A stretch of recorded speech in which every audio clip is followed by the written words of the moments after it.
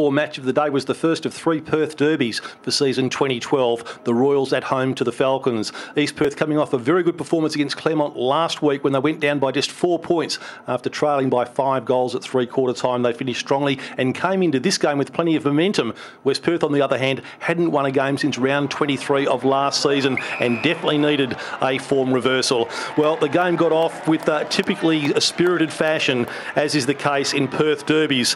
East Perth just got the upper hand in the first quarter. Things were pretty even through the middle of the ground, but the brilliance of young players such as that man there in Hayden Crozier with his finishing skills gave the Royals the edge. They led by 14 points at quarter time, but the game was very, very competitive indeed. Young Alex Alessio here combining with the more experienced and one of the men of the match, by the way, Anthony Salikas, who finished the passage of play with a goal. West Perth kept in touch. Terrific duel between the ruckmans, particularly those two there, Johnson and Coonan. But the game was alive, and one always felt that there could be a big finish. But this big man here, Josh Smith, he really made the first half his own. He was quite brilliant, kicking 3 first-half goals, and it looked as though he may well be the difference between the two sides. West Perth, though, they wouldn't be denied. Anthony Saylor played arguably one of his best matches for the Falcons, converting on that occasion and figuring in quite a few other goals for West Perth to keep their chances alive throughout. Ray Bartholomew, a player who's growing in stature the longer his career goes, kicked a long goal,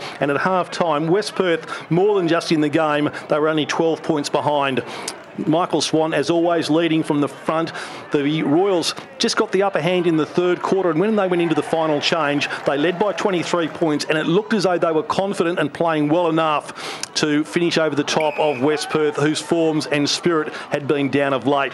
But the Falcons rallied in the last quarter. It was a quarter to be remembered, and certainly one of the best Perth derbies ever played, you would think. Saylor, again, the hero, kicking a long goal, and West Perth were able to convert that 23-point deficit at three-quarter time into a memorable 8-point win. They finished up running out winners 11-12-78 to 13-8-86. But young Mascoulis, he rose to the occasion, just a teenager, kicking a late goal there. And West Perth finished very strongly. There are the quarter-by-quarter changes. 14 points at quarter time, 12 points at the half, as I mentioned. 23 points, they were in arrears at three-quarter time. Things were looking grim, but it was a remarkable final quarter by West Perth. They kicked 5 goals to East Perth's 3 points, and it was a remarkable and memorable victory for the Falcons.